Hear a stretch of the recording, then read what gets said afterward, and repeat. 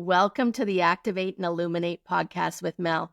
I'm your host, Mel, and together we'll be chatting with everyday people living extraordinary lives. So they've learned how to activate their potential and are helping to illuminate others.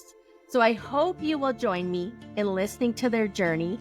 And if you like what you hear, and I think you will, I'd love for you to like, subscribe, and share it with your friends and family. The world could use a lot more activation and illumination. Have a great day. Welcome. So today you are going to hear me chat with Kelly Hindson from the UK. Now, Kelly has an honestly, it is such an interesting story. She went through a sudden health crisis. She experienced all kinds of medical interventions, all kinds of diagnoses. She experienced a bone marrow transplant, all kinds of things. When she thought that she was it was this precipice of either living or dying, she awakened with a profound sense of her ability to feel energy. And what she now knows was some energetic gifts and abilities to understand energetics and frequency, which she now uses to help others. So she absolutely believes in that the future is the frequency and water. And honestly, we have such a interesting conversation because so much of what she's talking about is absolutely my jam, and she's just lovely. So, and she's got the cutest little accent. So tune in, hear us, and let me know your thoughts after. Hello, you guys. Welcome. Today we are speaking with Kelly Hindson of the UK, and we're just going to get right into her story. I was able to hear her and her business partner speak on the Mark Atwood podcast, and I tell you, I was fascinated by what I heard. I was fascinated by the technology that she speaks of. I was fascinated by her experience, and I think you will be too. So welcome, Kelly. Hi, how are you doing? It's Yeah, lovely to be here. good.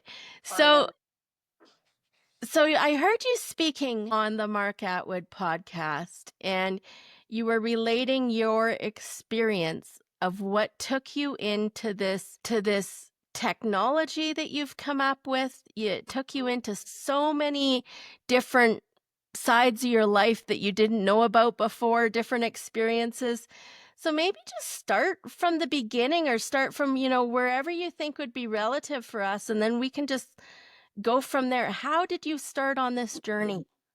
Okay, so hi everyone. Thanks for tuning in. So yeah, it was like I always start at this point. It was in 2013, and I was just a normal, everyday person, woman. My kids were 6 and 4 at the time, just gone 4 actually, and I was just in my normal exercise class by trade. I was a swimming coach, and I still am actually. And very fit. And I was just doing an exercise class, and the lady said, "Can you just run around the class as fast as you can to warm up?" So I did. But then, as I was running around the room, my legs started to get weaker and weaker and weaker until I just hit the floor. I was like, "What is going on?" So my friend was like, "Get up, stop being lazy." I said, I'm not being lazy. I literally can't move.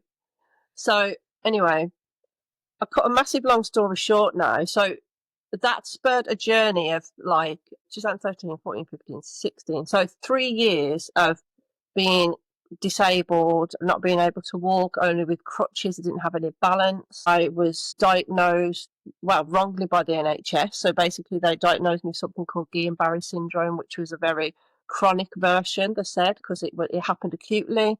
They diagnosed me with the acute version. Then it kept going on and on and on, kept having relapses. And they said, oh, it's a more chronic version. It's very rare. But I just knew something inside of me, and I knew from very, very early on that they were missing something. And I kept saying to my mum, I remember being very early on in the office, and I'd had all this medication and stuff that was making me really poorly anyways, making everything worse. I just said, they're really missing something, Mum. I really feel it. And my mum says, well, you know, you need to push it. So they put it down to the fact that I needed to learn how to be with my disability. I needed to get counselling because I just couldn't accept it. But I just knew, you just know they're missing something. So as the years went on, I kept having the treatment that they told me to have. It wasn't getting me any better. And I had to have something called immunoglobulin therapy.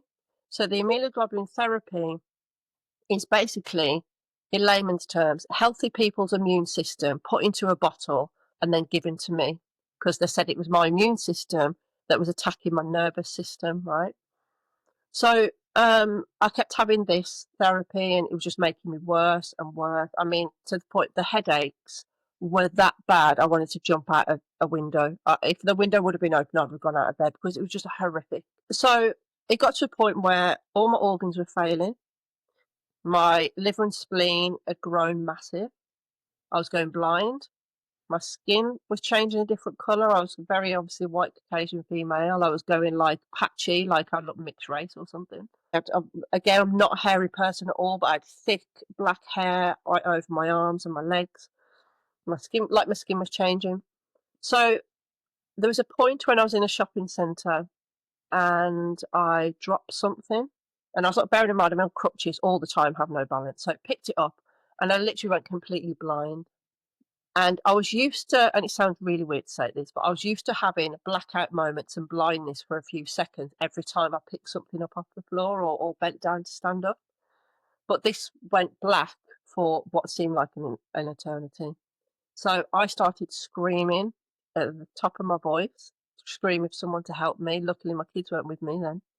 That someone to help me, and they needed to ring my husband because I couldn't see. My vision started to come back.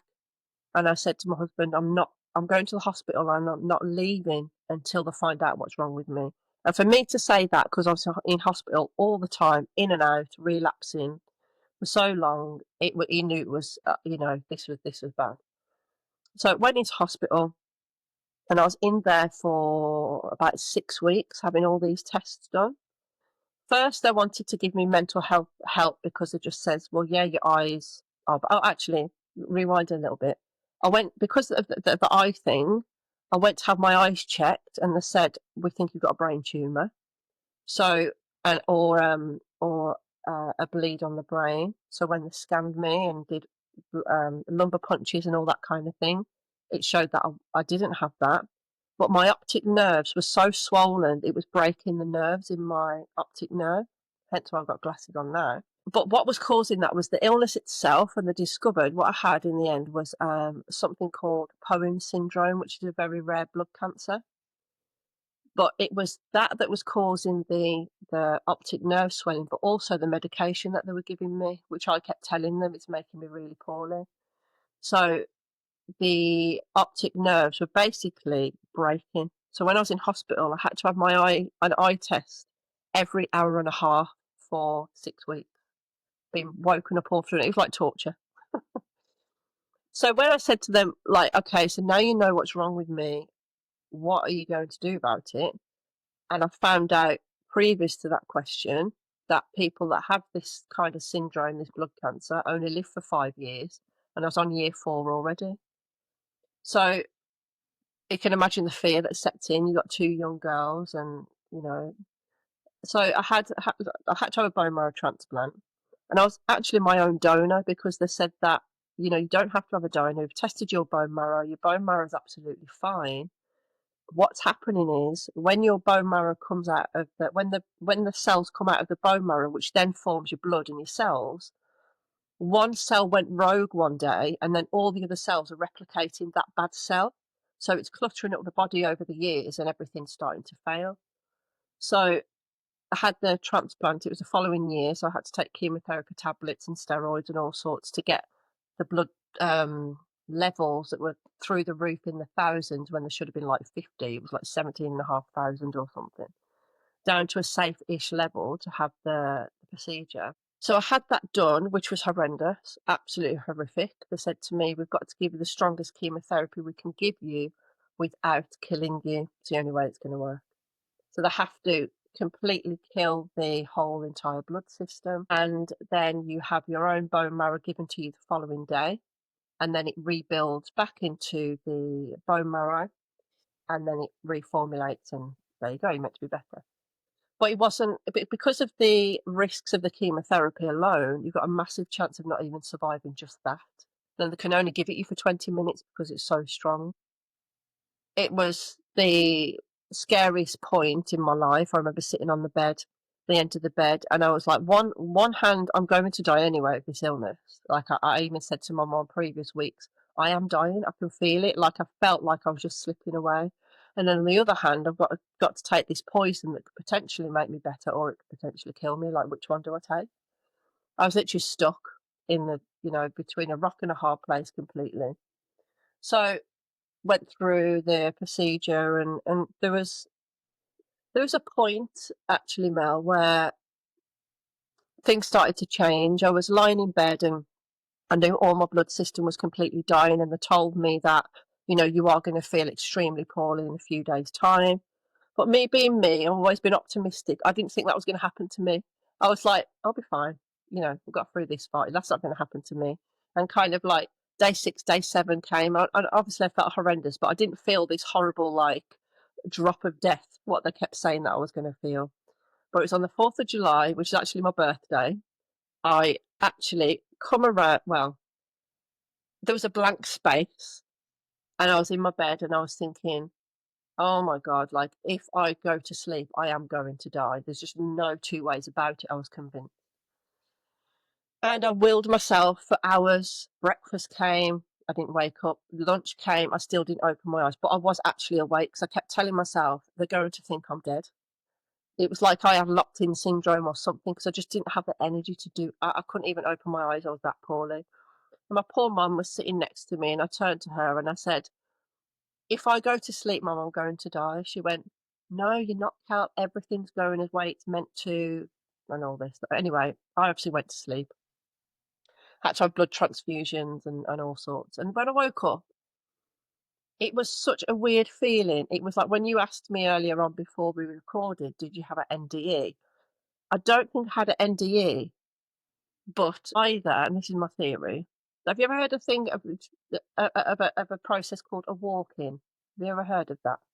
Yeah. So it was either that, which I've not really overly looked into it really, or I don't know, something or someone else come into this physical, because I instantly knew that as terrible as that I felt, I woke up and knew that everything was going to be okay. So before all this, I was very heavily reliant on like the medical industry, and I believed everything that doctors said, and did as myself told and things. And I was taking a medication because my thyroid wasn't working, and I had something called Addison's disease, which I don't know if you know what that is, where your adrenal glands just completely packing. So I had that as well. So I had to take steroids just to keep me alive, just for that part. And this is what the illness caused. So when I'd come out of hospital, they said I was going to be in hospital for at least 8 to 12 weeks. I was out of hospital in 2 weeks. Like, they couldn't believe how well I just got just like that.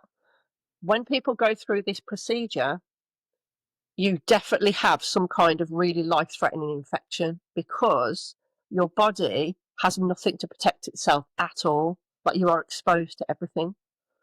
And not just that, it's like you've been poisoned completely. Like your liver, your kidneys, everything can just pack in. So for me to be out of hospital in 2 weeks was just like, wow, like your blood cells are coming up. But they give me a big bag of medication. This was like the turning point, really. Give me this big bag of medication. Remember, the doctor says, this is your lifeline. This is what's going to keep you alive. So if you don't take this on time, you're going to be back in hospital. And you know what I did? I went home and I put it in the bin because I knew. Sorry, you went home and what? I went and put it in the bin, in the trash. Okay. I just because I knew I didn't need it. So when they come to me a couple of days later or a week after or something, they give me another bag and they just said, your blood, everything's going well. Like, we're really surprised, excuse me, how well you're actually doing. Excuse me. But here's the next bag of medication. I said, I don't need it. And they said, what do you mean? You must have run out by now. I said, I haven't, because I put it in the bin. I've not taken it since. This episode brought to you by protandemcanada.lifevantage.com. What if you could turn on your body to work like it was supposed to? What if you could have it remember how to handle toxins, stress, and the environment like it used to when you were young? What if it worked for your pets too? What if this is not about supplementing something that is missing, but activating something that has gone dormant? About actually turning on your body to make these things again. Learn how to activate your body now. Check us out, protandemcanada.lifevantage.com. So you're sitting there in the hospital, Kelly. You've gone through this. You've experienced all this. You're starting to get better. You feel like you've had this walk-in experience, or you feel like you have something's different about you. Tell us what you felt was different. So bearing in mind, I didn't have any idea of anything when it comes to spirituality. I wasn't anyway religious. I'd never even meditated in my life. So I just knew. I couldn't remember my youngest daughter being like, I can't remember the beginning of her life for probably the first 3 years. This was at the time. The place where I met my partner, I'd worked there for 9 years. I couldn't remember it at all. It was real big blank spaces. And I know that chemotherapy can make you forget things, but it would just seemed too bigger chunks of memory when I went into it. Have you since remembered it? So I can't remember it all. So I can remember my daughter if I look at photos, but to recall, not really. So Okay. I've got lots of videos, but then I don't know if it's me trying to create the memory or it's actually real. Not sure. Right. The place where I used to work there for 9 years, we will see people that used to work there, and Neil will say, "Do you remember this person?" I'm like, "No," and I used to be really good friends with them. It's bizarre, honestly. So that's why I think, going on the journey, that it's some kind of walk-in or something, because it's very sporadic, the memory chunks as well.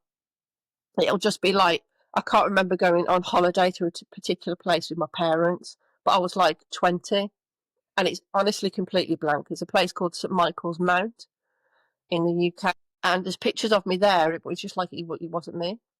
It's really strange, really, really strange. It's like I'm looking at myself, but I know that's not me. Me now.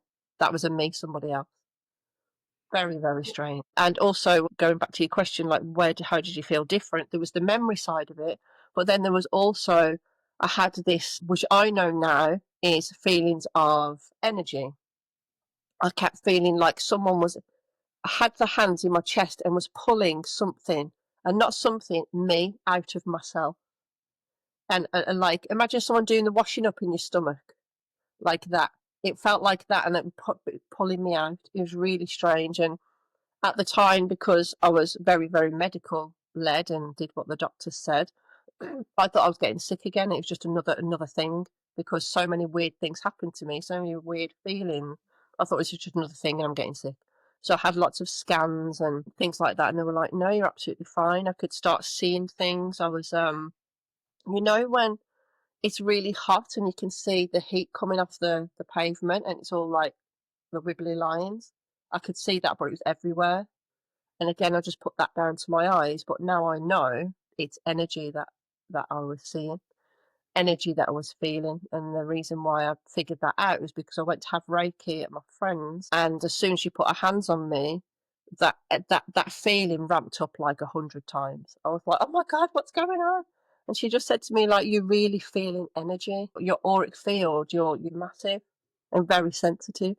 So then that put me on a different path and a different journey of the whole spirituality and energy. So, Wow. So tell us what you know now that you didn't know then. okay. So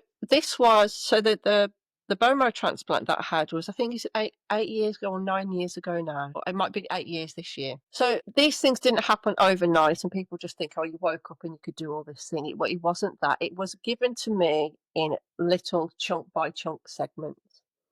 So I think it was like 2019 where I was really discovering that it was this energy I could feel, and what was I going to do with it? So I went onto a Reiki course and did all these other types of courses for energy healing, etc. And realised that I didn't need any of those. And I was actually quite good at healing. I would have so many different people experience, like illnesses would disappear, aches and pains would go. I would start doing things remotely, and it wasn't just physically, it was remotely as well, and things would clear up, disappear. Mental health started to become better with these people. And I was like, okay, but I knew something was missing. So then when lockdown come, it kind of made me go even more inward. And I would see patterns on the ceiling in the dark. It was pitch black. And I would be lying in the bed and I could see things flying around the room. And I couldn't pinpoint it as such, but it was different shapes and it was going really fast. And then it would form geometry and then it'd go really fast and it'd come in front of my face and then move on. And I'd be like, what is this? And I'd see all over my partner. I'd be trying to grab it. I'd be like, what is this stuff? But then I was looking into like ether and plasma energy and understanding quantum physics. And I didn't know why, because I completely bombed out of high school. I'm not going to lie. I didn't get any, what we have here is called GCSEs. I didn't pass anything. I wasn't academic.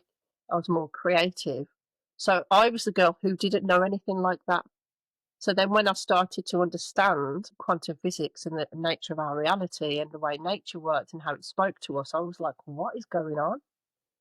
So I just started to unlock knowledge that, that wasn't there before, or was there before, but it was just hidden deeper. Does that make sense? Tell us how these gifts of this technology that you have discovered, uncovered, created, however you want to term that. Tell us what that led you into. Okay, so I'll briefly talk about how I come to have the realization of it. First of all, I went to like a mind, body, and spirit fair, and a lady was working with some dowsing rods, which are like copper rods, and they pick up certain things, like with water, and they've been used for dowsing for water for like hundreds of years, probably thousands of years. And I saw her using them to find people's energy field. And that really intrigued me. So I bought a set. I went to a festival and I started testing people's energy field, it's called biofield, in the festival, and realised when people are grounded to the floor and the ground, their energy field is absolutely massive.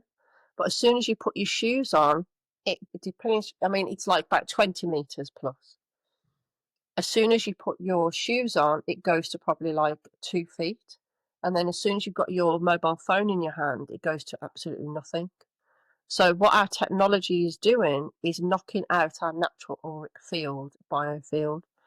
So because of all the things I kept thinking about in quantum physics and things like that, I thought there's got to be a way of we are attached to technology now. There's no getting away from it, and the future will be technology. But as human beings, we've never lived like this before, and I'm sure that will evolve over time to be healthier with it.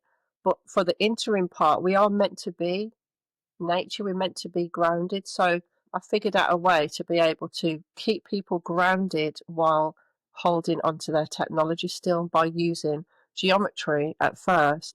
And then I used to use like earth elements and stuff and put in for the phones. But now they've evolved into something else now. That was just the very beginning. But realised that the power of shapes and the power of equal shapes and geometry. And when I was talking about before, when I was in my bedroom and I could see all these things flying around, it was plasma energy in shapes, in geometry. So that's what it was. So that's what I was working with.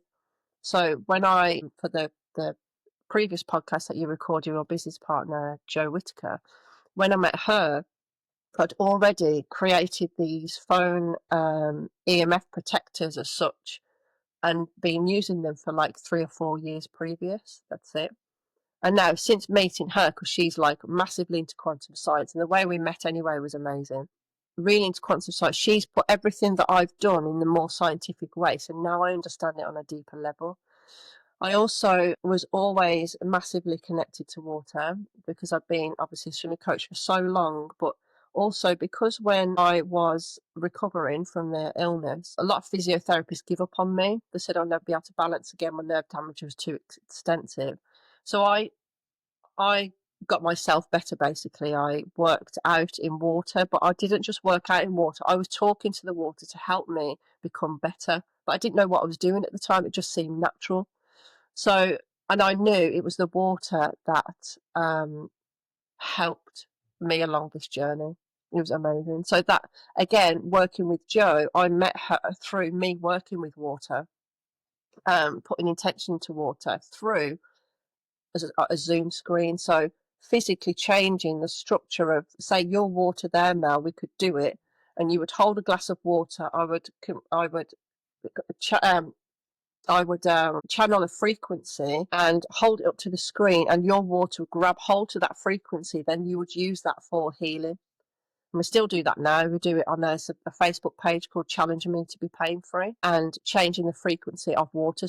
The future of medicine is frequency and water medicine. 100% believe that, because of the feedback. I mean, we've done this all over the world from people all over the world, and it's never not worked. Not once has it not worked.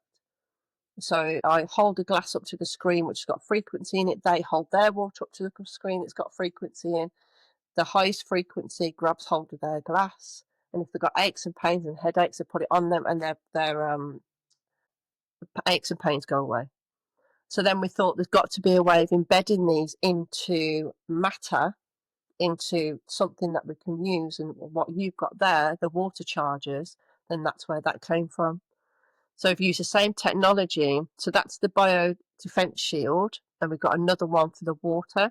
It's got a different frequency in, but that's embedded, the frequency is embedded into the carbon structure of the sticker, basically. And it changes the frequency of the water.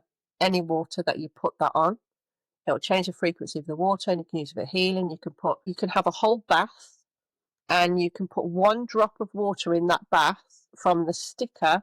So you've charged the water up with the sticker, you put one drop in the bath that's not charged, and the whole bath will change into basically a healing cocoon. It's amazing. And the amount of feedback that we've got is just incredible. Can I share with you my experience of it? Please do. Yeah, so I had gotten these, and I was using them and drinking, the water and stuff. And to be honest with you, I didn't notice a huge amount. But one night, my husband had been traveling, and he had gotten sick. And when he came home, and one day, I started feeling like I had a sore throat. And so I was like, I just knew that I was getting sick. And so I took this. And so I'd taken these frequencies, and I also had taken a picture of them on my phone. And I laid there at night and looked at that frequency and visualized moving that frequency around my body. And I'm telling you, the next day I woke up, I had not a trace of a sore throat, not a trace of anything. And I could physically feel it moving through my body. I could feel it activating certain things. And so that was my personal experience with just I took a picture of it and blew it up on my phone so that I could look at it big. So that I could really, I felt like I had to kind of almost get inside of it. And then I had a friend over, and I had the little water thing on my counter. I hadn't actually stuck it to anything because I couldn't figure out what was most important to stick it to. Yeah. And so she was holding on to it, and she's like, you could just tell. First of all, she asked me, and you could tell, she was like, okay, so how does this really work? And what's going on? And you can kind of see the skepticism on her face. Yeah. And she said she asked herself, how does this even work? And in that instant, she said she had so much energy come through her and so much, it was like a instant activation. And she was she said, I've never felt anything like that in my life. And then she knew that it was activating something in her. And Yeah, so that's the experience that I've had. I haven't actually stuck the sticker to anything yet because we are on a cistern. So our water gets hauled in. We're in an area of Alberta that doesn't have really great groundwater. So our water gets hauled in and put into this big cistern. And I was thinking, well, maybe that's something I could just put it on into something and put it right into the cistern so that it is doing all of the water before it even enters the house. So I was tossing up all these different things, but before we get too far down the road of more into your story, if people are wanting to get this technology, Kelly, while we're talking about it here, it is through the Crystal Water Experience, right? Yeah. Crystal Water Experience. Is that .com or just Crystal Water Experience? Crystalwaterexperience.com, and then Okay. we've put a affiliate code for yourself. So for people, they can get 20% off if they Okay. put at the checkout activate 20. Was it activate 20? Yeah, activate 20 in Okay. the Well, checkout, and they get 20% off the price. I mean, there is nothing else in the world, I can pretty much guarantee it, that's like what we do. And the reason why I say that is because I actually missed this out of the story, was when I started to awaken to all these gifts and things like that, I started to do something what's called automatic writing.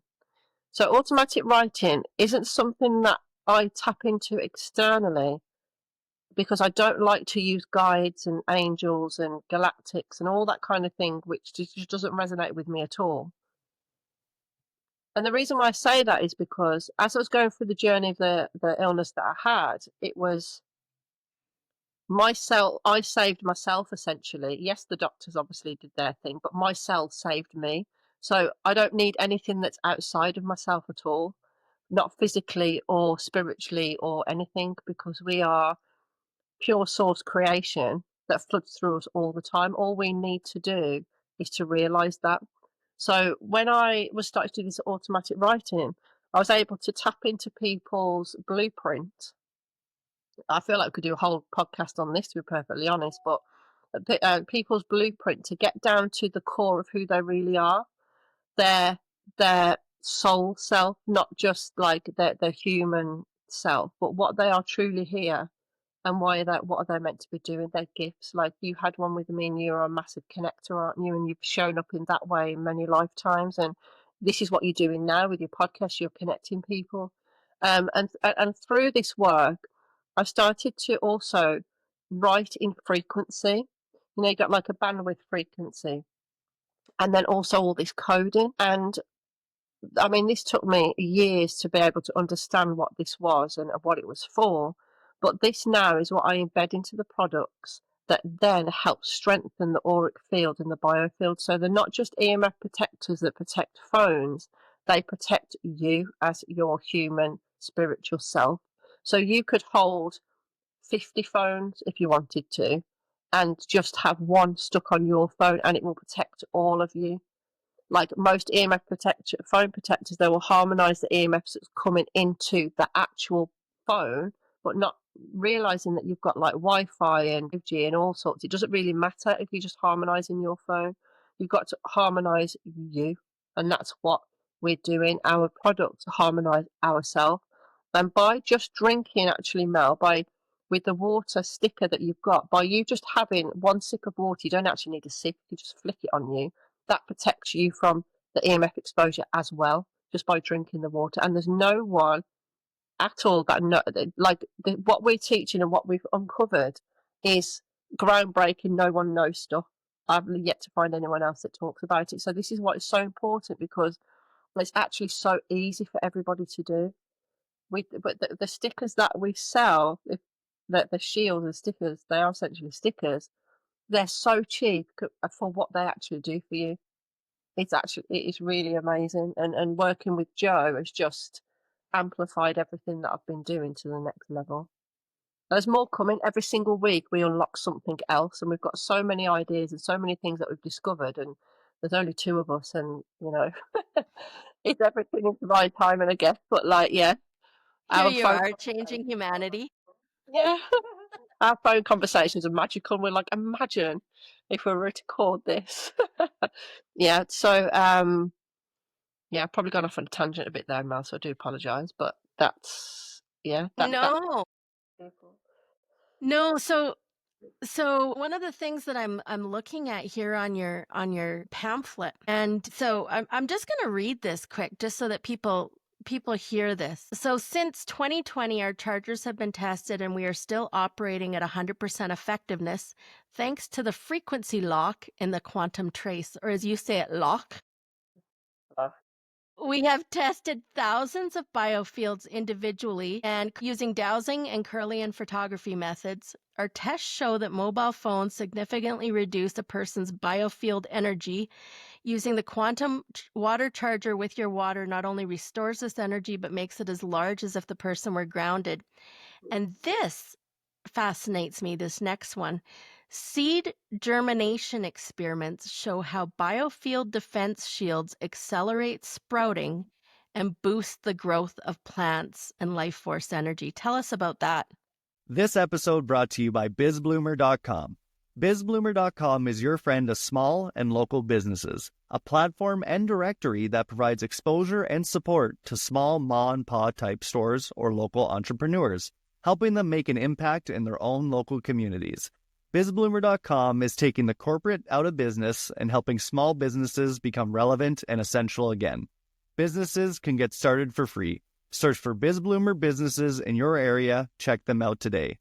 BizBloomer.com. That's bizbloomer.com. Yeah, so that was really interesting. So the seed germination was actually the second lot of experiments. So when I first discovered this, when I first started, before I met Joe, way before, we call it the cucumber experiment. It's actually on our website. It's really interesting. So I grew a cucumber in my garden, tested its biofield, and realised that everything has a life force energy. Cucumbers, plants, everything. So when I tested this cucumber's life force energy, the dowsing rods measured a massive energy field. So when I tested a store-bought cucumber, right, the store-bought cucumber had no energy, it had no life force, right? So when I put the cucumber on one of the pads that I made at the time, the life force energy kicked in straight away. It was just as big as the organic homegrown cucumber. And what was interesting is, over a period of, say, about 3 hours, the life force energy of the cucumber I've just picked out of my garden started to diminish as well. But as soon as I put it on the shield, it boosted it back. So when I told this to Jo, she was like, right, we need to do some, I've done like a basil growing experiment, and I bought two separate basil plants. One, I watered them both with the same water. The only difference was one was charged up with the bioshield and the other one wasn't. And the one with the biodefense shield charge just grew massive, and the other one was just normal. And so we did the seed germination one, where we got a group of 5 or 6 groups of fennel seeds, because they grow really quick. And it was a controlled experiment in the windowsill. And we charged one lot of water up with the biodefense shield, and one lot of water was just normal distilled water. They were both from the same jug. And the biodefense shield germination amplified so quickly compared to the other ones. And we've done this experiment many times, and it never not works. It's always the same. What the finding in that is, because it charges up the water molecules, puts the correct spin into the water molecules, they germinate a lot quicker, because they've had that boost of life force energy. So imagine what that actually do to us. That's what I always say. It's amazing. So that leads me to all new different ways to use this. I should be using this on my plants. Exactly. Your plants, your dog, everything. It speeds up healing as well. So, like, if you've got cuts and bruises, things like that, if you rub the water that's been charged up with the quantum water charger, it amplifies the healing of things. And I've found that every time as well. When people say, like, there's it's a 50-50 chance, or it's an 80-20 chance of it happening, it's 100% of the time. We've never not seen it work. It's absolutely amazing. Well, and what I love is that you've had this personal experience with, going through your trials and clearly somehow having these gifts come through. And now you're teamed up with Dr. Joe. And between the two of you guys, like we've done a previous podcast with Dr. Joe, and you guys are going to want to go hear her podcast as well, because she talks about this a little bit more from the quantum side and from the science side, and it's fascinating. So I love the fact that you guys have teamed up together and are really addressing so many different aspects of this. So you touched on it a little bit, but we haven't really gone into it too much. Your readings and your soul readings and what you do for people. Did that gift come through as well after your healing experience? It did, yeah. It came probably about 3 or 4 years later. And it was like through automatic writing, like I said. And automatic writing, I'll just explain it slightly for people that don't know what it is. It's either when you put your pen to paper, and it's like intuitively these words come out. Back in the day, in the 1800s and 1900s, you used to call it like spirit writing. But it either comes through intuitive knowing and you write it down, or you can feel like your hand gets taken over and it writes it for you, or both. So I have both. So I can kind of let my hand do its thing and start to write it down. But because I know what's coming, I kind of tend to take over the pen. But then it's still very messy because it's still half and half, if you know what I mean. So when I started to do this, it come through in just lots of scribbles and pictures and things like that. My hand was being really taken over. I didn't have any intuitiveness at the time by what was coming through. I went into my own.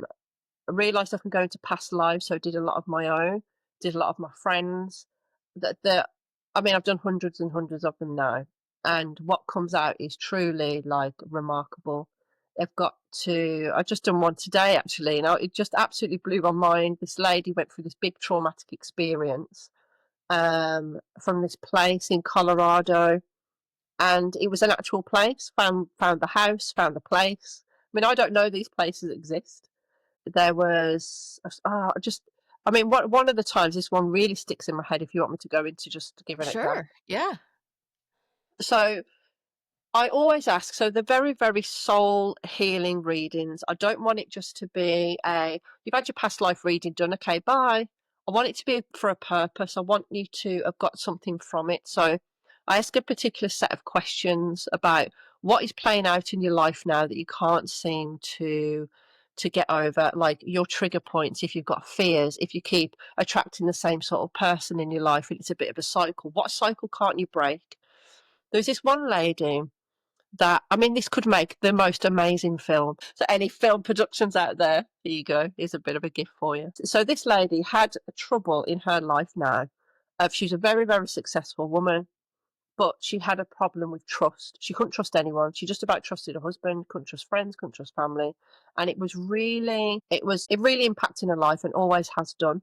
She didn't know why. She said she felt like it was really deep, this lack of trust, and also not being able to show up to actually speak her truth. She was a very spiritual woman, but in her corporate world, in her business world, no one would ever know that because it was kind of a stigma she'd attached to herself about not wanting to kind of talk about these kind of things. So in a reading, and this is the film version, it said that she was a shoemaker. In her very early life, in this lifetime, in the lifetime we're talking about, she was a child, and her father had some land, and the powers that be at the time, the royal family, the Viscount of whatever it was, I can't remember, they wanted the land, and the father said, no, you're not having it, it's for my family, blah, blah, blah. But then in the end, the Viscount killed the father, and the little girl at the time, which is the lady I was doing the reading for, she was probably about 7. Anyway, as her life went on, she went travelling around and whatever, and she became a very, very famous shoemaker. And she made all the shoes for the royal family and things like that. And this man approached her one day and just says, I'm going to this really important ball, and I want you to make me some shoes. And she instantly recognized him, and he was the Viscount that killed her dad. So what she did was she made these shoes really beautiful out of leather and, 1800s. They're very, you can imagine, very flamboyant and very beautiful. He absolutely loved them. But what she'd done was she put cyanide in the leather, let it soak in, so then it killed him eventually over time. So in about 3 or 4 weeks, he died, and no one could understand why he passed away. And she told her best friend what she'd done. She killed this man. She was really pleased with it. Then she went and told everybody else, and then she got hung in the town square. And so that was basically how she died, because she trusted her friend. That's the reason why she passed away, because her friend went and told someone, they went and told someone, and then she got executed for it. Hence where the lack of trust come from. And so that had then played out in every single lifetime after them, and it would held that trauma in her energy field. So it went through a process of what she had to do to let go of the trauma.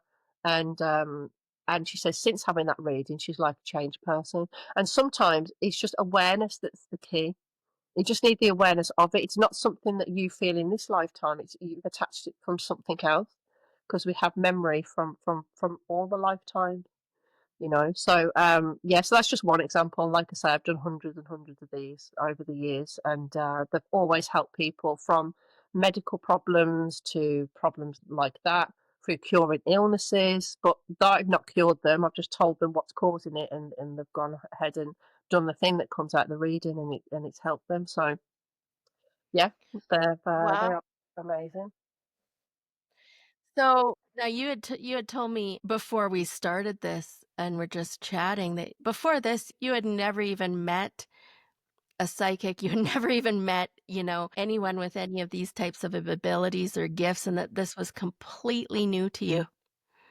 Absolutely, it was completely new. I mean, I'd had psychic reading and stuff in the past when I was in my early 20s, but just kind of like didn't really resonate with them, and just thought, oh, it's always something that intrigued me, but it just wasn't anything that really interested me. So for me to be able, and all my friends really, like, now, my friend says to me, Kel, as if you can do this, you of all people, like, you can do this. Like, why has it been given to you? I was like, I don't know, because it was just a friend of mine, actually, the one who has said that. And I've done readings for her, and she comes to me with all these things. When I was going through the chemotherapy, actually, we went to in the hospital, there was like a meditation thing. And she went, Cal, please come. You'll really like it. And I went, I really won't. She went, please come. And we sat in this like meditation circle in this chapel. And I was looking at everyone thinking, these guys have absolutely lost their mind. And she said, can you remember that day you were taking the piss out of everyone for sitting there meditating? And now look at you. Yeah.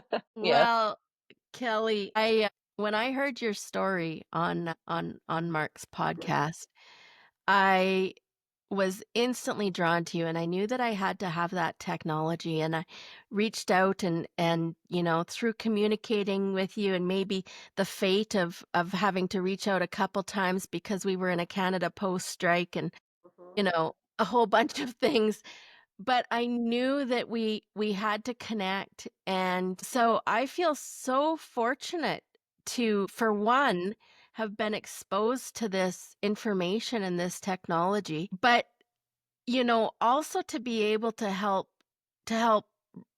hopefully lead people to you, because I have experienced you, not only your reading, but I've also experienced the technology now, and I feel like I don't quite know exactly how it's all going to play out, but I do know that it's important.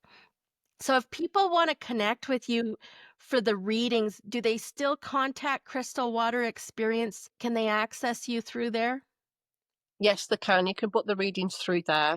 Okay.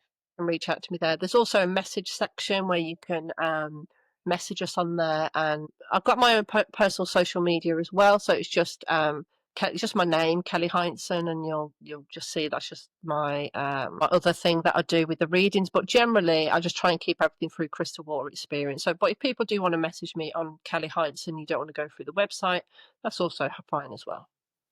Okay, so how do they access you there? On Facebook, it's just my name, Kelly Hindson. And then Okay. also my Instagram is Kelly Hindson Flow with Nature. Okay. Yeah. All right. But website. But yes, Well, thank you. Well, it's been absolutely amazing because it's really like when we went on Mark's show, we knew it would open some doors to us and things. But the amount of people that we've been able to speak to from Mark's show and amazing people like yourself are just like so supportive in what we do. And we're so passionate about what we do, and we know the technology works, and we're just amazed by how many people just like we get it, and we're not here to prove anything. It's like we can prove it, we've got loads of things we can prove it with, but it's just people are just like, I get it. And the world is waking up now to this technology. The world is waking up to the power of water, to quantum physics, to the energy of us, and how absolutely divinely powerful we all are. And I think that's where it comes. And that's what we try. That's our message to everybody is like, it's not just us that can do this. We can teach how to do this, and you can run with it and show everybody else. We do workshops, and we're going hopefully around the world doing these as well. We're going to Dubai soon in a few months' time, and Spain and Belfast and things. So have a look on the website. Where we're going to be is going to be in the event section, whether it's collaborating with people or we're doing our own workshops. So we are trying to go global because people need to know this stuff. Well, who knows? Maybe we'll bring you to Canada. I love that. Absolutely love that. Definitely for that.